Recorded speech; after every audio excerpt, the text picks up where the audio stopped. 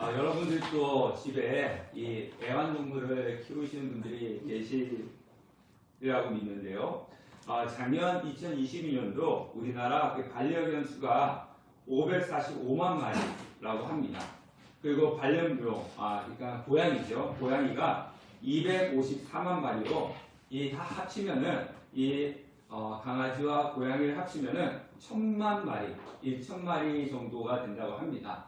그리고 강아지하고 고양이뿐이겠습니까? 다른 것을 이렇게 키우는 사람들도 많이 있잖아요. 그러면은 우리나라 이 애완동물 키우는 것이 대부분의 사람들이 일상 속에서 키우고 있다라고 해도 과언은 아니라고 하는 겁니다. 금요 이제 성령 집회가 끝나고 난 이후에 집에 가서 이렇게 TV를 보고 있는데요. 이 반려견을 이 애완 유치원에 보내는 장면이 나왔어요. 요즘은 이제 저출산 시대라고 그러지 않습니까? 저출산 시대라서 이제 아이들이 없어진다. 아이들이 없기 때문에 학교가 줄어들고 그래서 나라 미래가 걱정된다 이야기를 합니다. 그래서 이제 아이들이 저출산 시대다 보니까 이 어린이 유치원들이 사라지고 그 대신에 이제 고령화 시대가 접어드니까 이 어른들이 이제 가는 노치원이 뜨는 추세다라고 이제 이야기를 들은 적이 몇 년 전에 있습니다. 그래서 유치원은 지는 사업이고 이 노치원은 뜨는 사업이다. 그렇게 이야기를 합니다. 근데 요즘에는요, 뜨는 사업이 애견 유치원이 뜨는 사업이라고 합니다. 그래서 반려견을 좋아하시는 분들이 있다면 이 애견 유치원을 해보는 것도 좋은 사업 중에 하나인 것 같습니다. 그 TV에 잠깐 보니까요, 유치원하고 똑같아요. 아침에 갖다 맡기면은 거기서 이렇게 산책도 시켜주고 뭐라도 주고 또 저녁이 되면은 또 가서 이렇게 어린애 데리고 오는 것처럼 이 반려견을 데리고 이렇게 오는 것입니다. TV 프로에 보면요, 자신의 반려견에 대해서 좋은 옷을 사서 입히기도 하고 지극정성을 이렇게 돌봐주는 것을 볼 수가 있습니다. TV뿐만 그런 것이 아니잖아요.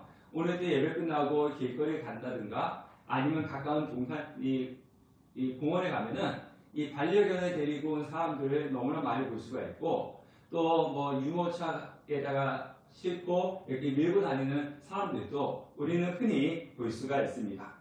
그런데 지난 주간에 제가 어떤 또 TV를 봤는데 이 계모가 의붓 아들을 때리고 또 부려먹고 굶기고 학대를 해서 이 초등학생 어린 나이에 사망한 사건을 보았습니다. 저는 그 어린 아이가 사망한 그 사건과 또 그 TV에서 이 반려견을 애지중지를 키우면서 이 애견 유치원에 갖다 맡기는 이것을 보면서 많이 좀 씁쓸했습니다.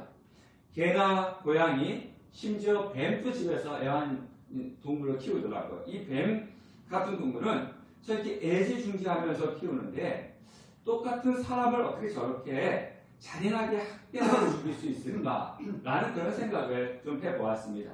이 반려견을 보면요, 발에 이렇게 흙이 묻을까봐 그 신발도 신기고 또 발도 닦아주기도 하고 또 변을 보면은 변을 치워주고 또 항문도 이렇게 닦아주고 다리가 아플까봐 안고 다니기도 하고 유모차에 넣고 이렇게 끌고 다니기도 합니다. 제가 이렇게 반려견 이렇게 하는 모습 사람들 보면서 너무하다, 잘못됐다 이런 이야기 하려고 하는 것은 아닙니다. 동물들에게도 이렇게 애정을 가지고 사랑을 퍼붓듯이 부어주는데 하물며 아무리 의붓 아들이라 할지라도 그 어린아이를 굶기고 또 때리고 그리고 자신이 해야 할 일까지도 맡겨버리고 결국에는 사망에 이르게까지 할 수 있을까 이런 생각을 제가 해보았습니다. 그래서 그런 생각을 해보면서 왜 이런 일이 일어날까라고 곰곰이 생각해보다가 결론을 뭐라 내렸냐면 제 자신이 사랑이다라고 이렇게 결론을 내렸습니다.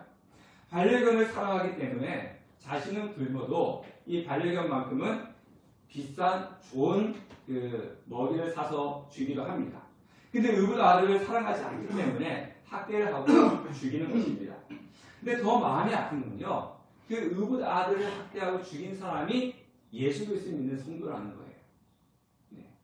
근데 여러분들보다요, 더 교회도 열심히 다니시고, 또 교회도 봉사도 열심히 하고, 그리고 어떤 신앙의 행동을, 교회 행동을 열심히 한 사람이라는 거예요. 여러분보다. 아무리 교회 다녀도, 교회에 봉사를 열심히 해도, 사랑이 없으면 의붓 아들을 학교에서 죽이는 것입니다. 제가 아는 분이 예전에 자신이 이제 아내 생일이 있어가지고 돈을 봉투를 준비했대요. 돈을 봉투를 준비해가지고 준비했는데 타이밍에 못 맞춰서 못 줬네요. 그래서 그 생일에 딱 맞춰줘야 되는데 못 줬다고 아내한테 이렇게 구박을 받았다 이러면서 웃으면서 이야기를 하더라고요. 그러면서 그 아내 되시는 분이 농담으로 하는 말이 사랑을 안 해주니까 이 봉투를 두툼하게 주는 사람이 있었으면 좋겠다 그런 이야기를 하더라고요. 그래서 제가 그런 이야기 했습니다. 남편이 그래도 사랑하니까 생일이라고 봉투를 준비하지 사랑하지 않는 남이 뭐하러 미쳤다고 봉투를 주겠냐고. 세상에 그런 법은 없다고. 세상에 그냥 봉투를 주는 법은 없다고. 그래도 사랑하는 마음이 있으니까 봉투를 준비해서 주는 거라고 제가 그런 이야기를 했습니다. 자, 오늘 말씀은요. 예수님께서 예루살렘 성전에 들어가니까 유대인들이 예수님을 헐뜯으려고 어떻게 하면 흠을 잡아보려고 늑대처럼 달라붙었습니다. 그래서 이제 헤롯 왕은 이제 세금 문제를 갖고 시비를 걸었어요.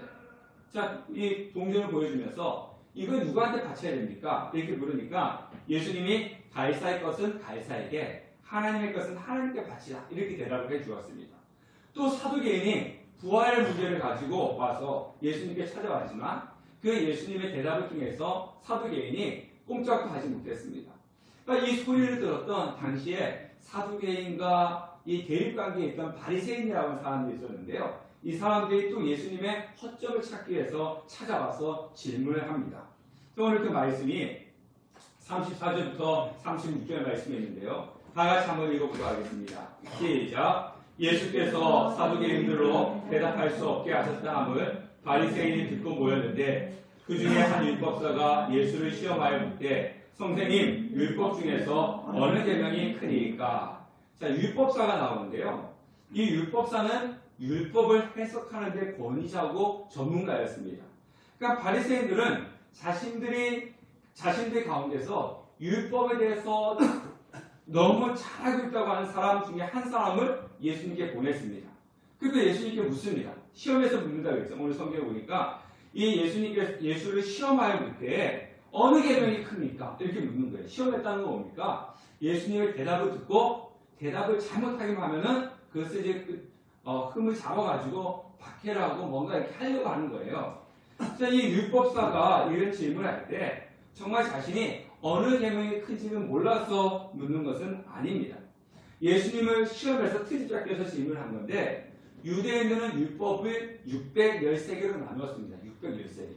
61개도 아니고 613개의 율법을 나누었는데 그 중에 248개는 중요한 율법 그리고 365개는 덜 중요한 율법 이렇게 나누었습니다. 그래서 자신들도 613개의 율법을 지키기가 너무 힘들고 어려우니까 중요한 거 240몇 개는 지키고 365개는 덜 지키고 뭐 이렇게 율법을 지켰습니다. 그런데 항상 이 사이에서 어떤 것이 논의되냐면 어떤 것을 중요한 율법에 놓느냐 어떤 계명을 덜 중요한 율법에 놓느냐 이것을 가지고 항상 다투고 토론을 했습니다.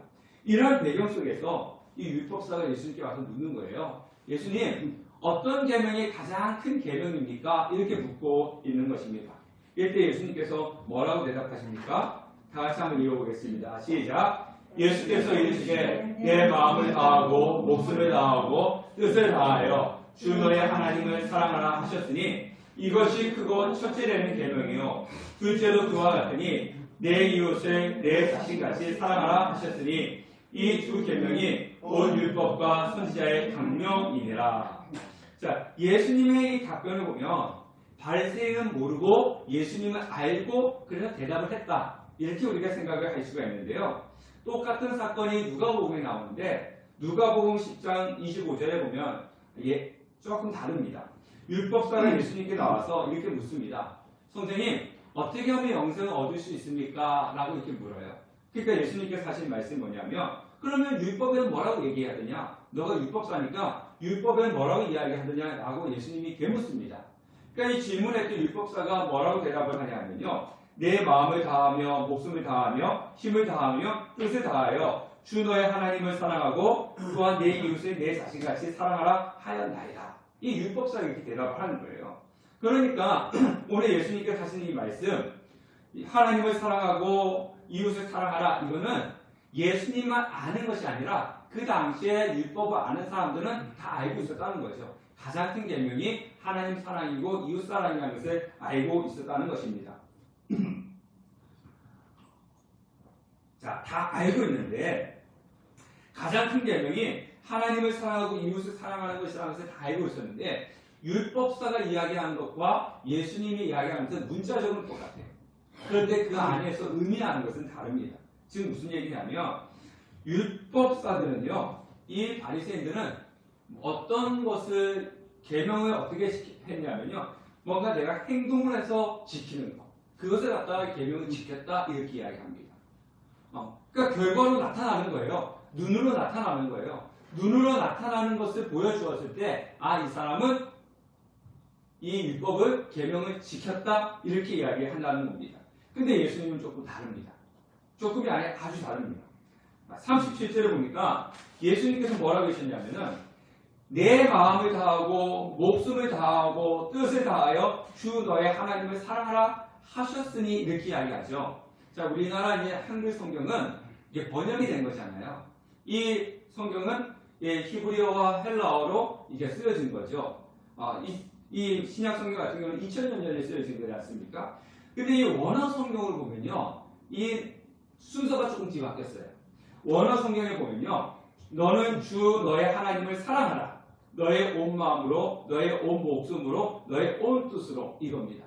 그럼 우리가 생각해요. 아니, 순서가 바뀌었다고 뭐가 다릅니까? 한글 성경은 마음을 다하고 목숨을 다하고 뜻을 다하여 주 너의 하나님을 사랑하라. 이거하고 하나님을 사랑하라. 마음을 다하고 목숨을 다하고 뜻을 다하여. 이게 뭐가 다릅니까? 이렇게 생각을 할 수 있는데요. 좀 다릅니다. 여기서 우리가 보면요, 한글 성경은 방법이 먼저예요. 그죠? 방법이 먼저지 않습니까? 어떻게 마음을 다하고 목숨을 다하고 뜻을 다하는 이 방법을 앞에다 놓고 하나님을 사랑하는 것을 뒤에다 놓았습니다. 근데 이 원어 성경에는요, 방법은 뒤에가 있어요. 먼저가 뭡니까? 앞에가 사랑을 하는 거죠. 사랑해라. 그 뒤에 방법을 이야기하는 거예요. 방법이 앞에 있느냐, 방법이 뒤에 있느냐, 이것은 큰 차이가 있는 것입니다.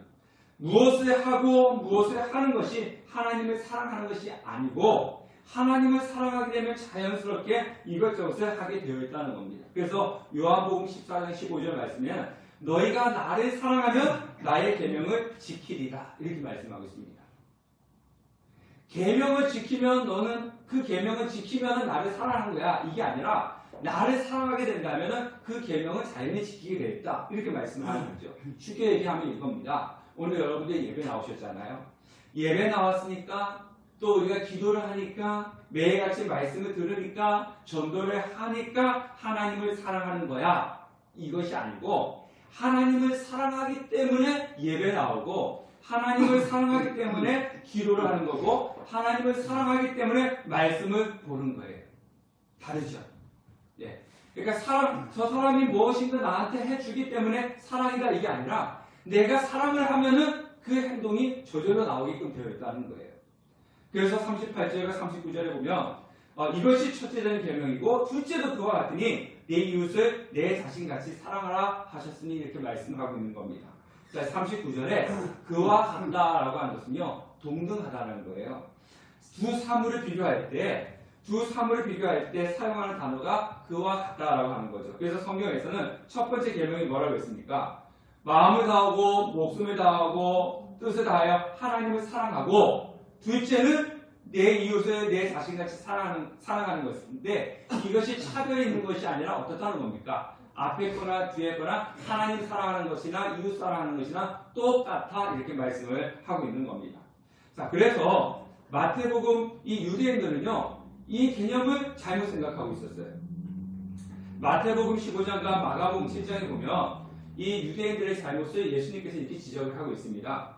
부모를 공경하라라고 하는 것이 이제 5월달에 보면은 저희 어버이 주일이 있지 않습니까? 이 부모를 공경하라라고 하는 것이 율법에 있어요. 네? 그 십계명에도 있습니다. 십계명에도 다섯 번째가 부모를 공경하라는 거지 않습니까? 부모를 공경하라 이라고 하는 것이 있음에도 불구하고 유대인들은 어떻게 지켰냐면요. 우리가 하나님께 잘하니까 우리가 하나님께 의무를 다하면 하나님께 의무를 다하는 것이 크기 때문에 부모에 대한 의무는 소홀히 해도 된다라고 그렇게 유대인들은 생각을 하고 지켰다는 거예요. 즉 더 쉽게 얘기하면 이겁니다. 내가 하나님 앞에 헌금을 많이 드렸기 때문에 부모한테는 용돈을 주지 않아도 된다. 유대인들은 그렇게 지켰다는 거예요. 그래서 이것을 차별을 두어서 하나님 사랑과 이웃 사랑이라고 하는 개념처럼 이것을 차별을 두어서 하나님을 사랑하면 하나님을 사랑하는 것이 큰 계명이니까 그것을 지키면 이웃 사랑하는 것을 안 지켜도 돼. 뭐 이런 식으로 유대인들이 지켰다는 거예요. 근데 예수님께서 하신 말씀이 뭡니까? 그와 같으니 이렇게 얘기하고 있는 거죠. 이것이 지금도요. 우리가 신앙생활하면서 교회에서 잘못 생각하고 계시는 분들이 있어요. 뭐냐면 내가 교회 열심히 하니까 내가 교회 와서 교회 생활을 열심히 하니까 다른 사람들에게 하는 것은 조금 못해도 괜찮아. 이렇게 생각하는 사람들이 있다는 거예요. 그런 생각을 하고 신앙생활하는 사람들은요. 어떻게 교회에서 생활하냐면요. 교회는 열심히 옵니다. 교회 와서 열심히 봉사해요. 교회 와서 열심히 섬기고 예배도 열심히 하고 기도도 열심히 하고 헌금도 열심히 드리는데 뒤에 가서 뭐 하는 거예요? 나쁜 짓 하는 거예요. 그래서 우리 기독교 욕먹는 경우들이 많이 있지 않습니까? 근데 그건 아니라는 거죠. 하나님을 사랑하면 그와 같은 똑같은 계명이 있는데 뭐냐? 이웃 사랑이다. 교회만 와가지고 열심히 한다고 해가지고 그 사람이 잘하는 것이 아니다. 교회 와서 열심히 하는 것만큼 사람들에게도 똑같이 해야 된다. 이것이 예수님께서 우리에게 주시는 명령이라는 거예요. 계명이라는 겁니다. 그래서 하나님을 사랑하게 되면 뭐가 따라오게 돼 있어요? 이웃 사랑이 따라오게끔 되어 있어요. 하나님을 사랑하는데 이웃을 사랑하지 않는다. 하나님 사랑하지 않는 겁니다. 우리가 반일 가는데 뭐가 더 그럽니까? 실간다 그러지 않습니까? 하나님을 사랑하며 이웃을 사랑하게 되어 있어요. 근데 하나님을 사랑한다고 하면서 이웃을 사랑하지 않으면 그 하나님의 사랑이 잘못되어 있는 것입니다. 마가복음 12장 33절부터 34절 우리 다 같이 한번 읽어보겠습니다. 시작. 또 마음을 다하고 지혜를 다하고 힘을 다하여 하나님을 사랑하는 것과 또 내 이웃을 자기 자신과 같이 사랑하는 것이 드리는 모든 예물, 번제물과 기타 제물보다 나은. 예, 읽으세요. 저희 교회 조작단을 보시되 내가 하나님의 나라에서 멀지 않는다 하시니 그 후에 많이 혼자 얻더라. 예. 너 지금 하시는 말씀이 뭐냐면 마가복음서 율법사가 이제 마가 마태에서 똑같은 건데 약간씩 이제 첨가되고 빠진 부분이 있습니다. 이 율법사가 또 뭐라고 했냐면요. 하나님을 사랑하는 것과 이웃을 자기 자신같이 사랑하는 것이 모든 번제물과 기타 제물보다 낫다. 전체라고 하는 건 전부를 드리는 거예요. 이건 뭐냐? 하나님 사랑하고 이웃 사랑하는 것이 하나님 앞에 제사 드리는 것보다 낫습니다. 하나님 앞에 제물 드려지는 것보다 낫습니다. 이거예요. 더 쉽게 이야기하면 하나님 사랑하고 이웃 사랑하는 것이 예배 드리는 것보다 낫습니다. 이런 이야기를 하는 거예요. 교회 와서 예배 드리고 교회 와서 봉사하고 이런 것보다 하나님 사랑하고 이웃 사랑하는 것이 더 낫습니다. 이렇게 하니까 예수님께서 뭐라고 했습니까? 지혜 있게 대답한 것이고 너가 하나님 나라에서 멀지 않다. 이렇게 대답을 하신 거죠. 그렇다고 해서 우리가 예배 드리지 말고 뭐 이웃 사랑하고 그것만 해라. 이렇게 말씀하는 것은 절대 아닙니다. 자, 하나님께서는요. 외적으로 예배 드리는 것보다 온 마음을 다해서 하나님을 사랑하는 것을 더 기쁘시게 받으신다는 거예요. 그리고 우리가 이웃에게 외적으로 행하는 것보다 진정으로 그들을 사랑하는 것이 더 가치가 있다는 것입니다. 그래서 40절에 보면은 이 두 계명이 온 율법과 선지자의 강령입니다. 이렇게 말씀하고 있지 않습니까? 이 말은 무슨 얘기냐? 율법에서 이야기하고 율법을 선지자들이 계속 이야기했잖아요. 선지자들이 계속 하나님 말씀 율법을 이야기했는데 그 선지자들이 외쳤던 것이 뭐냐면 바로 사랑이다. 하나님 사랑이고 이웃 사랑이다. 사랑이었다는 겁니다. 그래서 비록 표면적으로는 율법을 실천해요. 유대인들은. 예, 안식일 뭐 하지 말아라 하면 뭐 하지 않고 뭐 하지 말아라. 하나님의 그 율법을 표면적으로는 잘 지키는데 사랑에서 벗어나 있다면 아무리 잘해도 율법을 지키지 않는다. 지금 무슨 얘기냐면요. 여러분들이 교회에 열심히 다니고 오랫동안 다니고 무엇을 열심히 했다 할지라도 하나님에 대한 사랑이 없다면 예배드리는 것은 헛된다는 거예요. 매일같이 교회 와가지고 뭐 교회 청소하고 예배 한 번도 빠지지 않고 그런다 할지라도 하나님을 사랑하는 마음 없이 와 있다면 그 예배는 헛되라는 거예요. 예배가 아니라는 거라고 그렇게 말씀을 하고 있는 겁니다. 그래서 천사의 말을 하는 사람, 천사의 말을 하는데 그 사랑이 없으면 아무 소용이 없다. 그래서 사도 바울이 그랬지 않습니까? 사랑이 없으면 아무것도 아니다. 자신의 몸을 불사르게 내어주고 모든 율법을 다 지켰다 할지라도 사랑이 없다면 그것은 아무것도 아니다. 그렇게 이야기를 하고 있는 거예요. 그래서 뭐가 문제냐?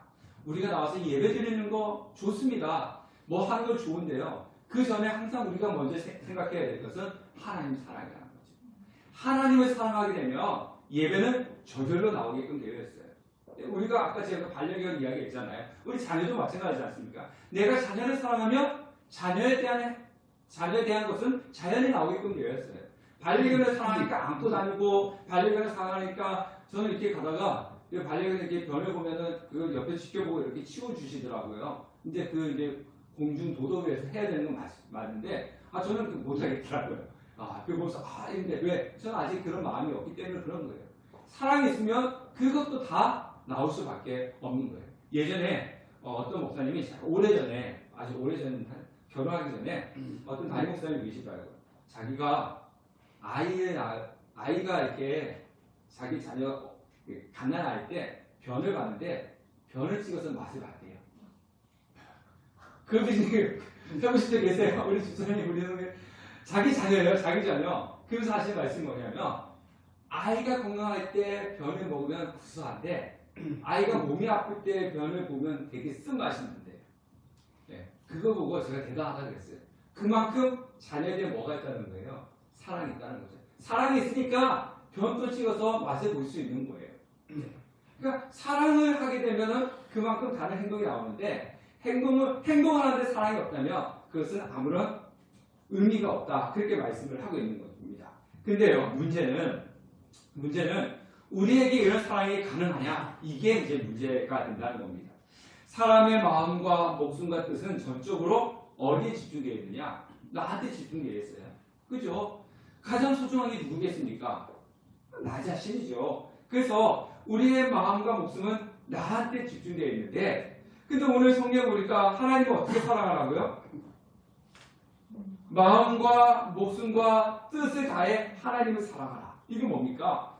너한테 마음이 가지도 말고 오직 하나님만께 집중하고 하나님만 사랑해야 돼. 이렇게 말씀을 하고 있는 거고요. 또 그리고 이 하나님의 사랑은 이웃 사랑으로 나타나고 있습니다. 그런데 어떻게 이런 사랑이 가능하겠습니까? 사람은 마음과 뜻은 항상 나에게로 집중되어 있는데 이 나한테 집중되어 있는 것을 버리고 오직 하나님께로만 집중해라. 이렇게 말씀을 하고 있는데 이게 어떻게 이런 사랑이 가능하겠습니까? 힘든 거예요. 그런데 이것은요, 나의 힘과 능력으로는 가능한 것이 아니라 이렇게 할 수 있는 능력은 우리에게 없습니다. 이렇게 할 수 있는 능력이 우리에게 없음을 알면서도 왜 예수님께서는 이런 말씀을 하셨을까요? 그런데 이거는 우리의 힘으로 할 수 없지만 예수님의 참된 사랑을 발견하게 되면 이런 사랑을 할 수가 있는 거예요. 자, 다른 사람, 이웃이에요. 이웃을 내 자신같이 사랑해야 돼요. 오늘 성경 말씀하시지 않습니까? 너의 모든 것을 다해서 하나님을 사랑하고 이웃을 내 자신을 사랑하듯이 사랑해라. 우리의 힘으로는 안 돼요. 우리의 힘으로는 할 수가 없어요. 어떻게 저 사람을 나를 사랑하듯이 할 수가 있겠습니까? 절대로 할 수가 없습니다.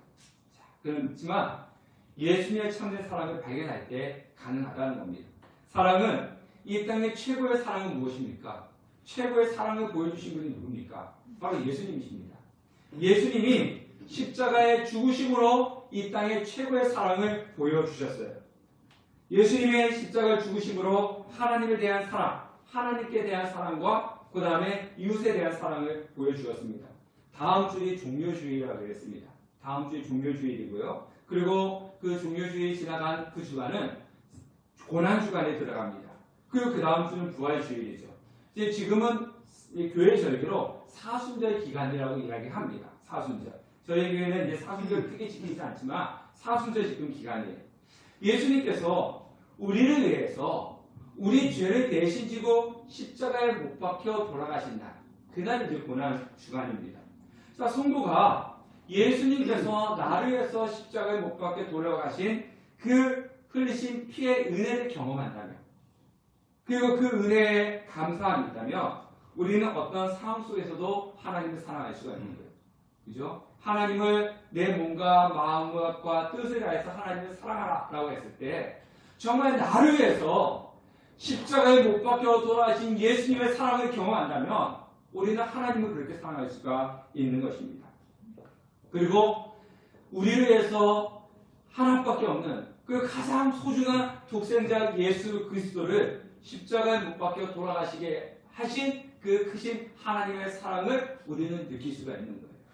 그러면 우리의 삶 가운데 감사가 있고 하나님을 향한 뜨거운 사랑이 넘쳐날 수밖에 없는 것입니다. 이것이 바로 하나님의 사랑입니다.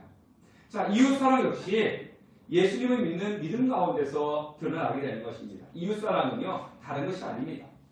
그것은 하나님을 알게 하는 거예요. 자, 예수님께서 십자가에 못 박혀 돌아가시면서 우리에게 사랑을 보여주셨다. 가장 큰 거는 지옥에서 죽을 수밖에 없는 우리를 구원해 주신 거잖아요. 근데 구원이라고 하는 것이 뭡니까? 죄로 죽어있는 우리를 누구하고 연결시켜 준 겁니까? 예수님께서 십자가에 못 박혀 돌아가실 때 하나님과 연결시켜 준 거잖아요. 그래서 하나님과 연결시켜 주었기 때문에 우리는 예수님의 이름으로 하나님께 나갈 수가 있는 것이고, 그것이 바로 구원이라고 하는 겁니다. 그러니까 이웃사랑, 우리가 이웃사랑하면 뭐만 생각해요? 아, 가서 봉사활동 해주고 뭐 가난한 사람들 도와주고 뭐 이런 거, 물론 이웃사랑 맞습니다. 그런데 그것만이 이웃사랑이 아니라 여기서 내 이웃을 내 몸같이 사랑하라 할 때 그 사랑은요, 바로 하나님을 모르는 그 사람을 누구하고 연결시켜주는 겁니까? 하나님과 연결시켜주고 하나님과 관계를 회복시켜주는 것. 이것이 무엇보다도 가장 큰 이웃사랑이라고 하는 거예요. 그래서 우리는 끊임없이 뭐 해야 되는 겁니까? 전도를 하고 복음을 증거해야 되는 거죠. 하나님의 만남이 바로 생명을 살리는 것이기 때문에 그렇습니다. 바로 예수님의 십자가가 하나님을 사랑하고 이웃을 사랑한 그 사랑을 보여준 것입니다. 이 땅에서 신앙생활하면서 살아가면서 가장 중요한 것은 무엇이냐면 하나님을 사랑하고 그와 똑같이 이웃을 사랑하는 거예요. 자꾸 우리는요, 눈으로 나타나 있는 거 가지고 자꾸 그 사람을 판단하면 안 됩니다. 교회도 마찬가지예요. 이 사람이 교회를 얼만큼 다녔느냐, 이 사람이 교회를 얼만큼 나왔느냐, 이걸 가지고 우리는 그 사람의 신앙을 판단합니다. 왜? 속에 있는 것을 모르기 때문에 그래요. 저 사람이 하나님을 얼만큼 사랑하는지, 저 사람은 하나님을 사랑하지 않고 있는지 우리는 그것을 모르기 때문에 겉으로 드러나 있는 것만 가지고 우리는 판단을 하기 때문에 그렇습니다. 그런데 우리는 스스로 알잖아요. 겉으로 나타나 있는 그 신앙의 행위를 가지고 무엇인가를 나타내는 것이 아니라 하나님을 사랑하는 그 모습. 그래서 우리는 항상 하나님을 사랑할 수 있게끔 해달라고. 하나님을 사랑하며 그 뒤에 다른 모습들은 자연히 나오게끔 되어 있다는 것입니다. 그리고 이 모든 것들은 사랑으로 이루어져야 된다는 겁니다. 그래서 교회에 나오시는 이 모습들 다 하나님을 사랑하는 사랑으로 하십시오. 그리고 우리 같이 신앙생활하고 있는 우리 성도님들, 주위에 있는 모든 분들을 사랑으로 나를 사랑하듯이 사랑하십시오. 이것이 바로 하나님 앞에서 가장 큰 계명을 지키는 것입니다. 가장 큰 계명이라고 하는 것입니다. 그래서 우리 늘 한 주간, 우리 늘 살아가면서 하나님을 사랑하시고 그 사랑으로 우리의 가족들과 우리의 이웃들을 사랑하는 그런 성도님 되시기를 주님의 이름으로 축원합니다. 기도하겠습니다.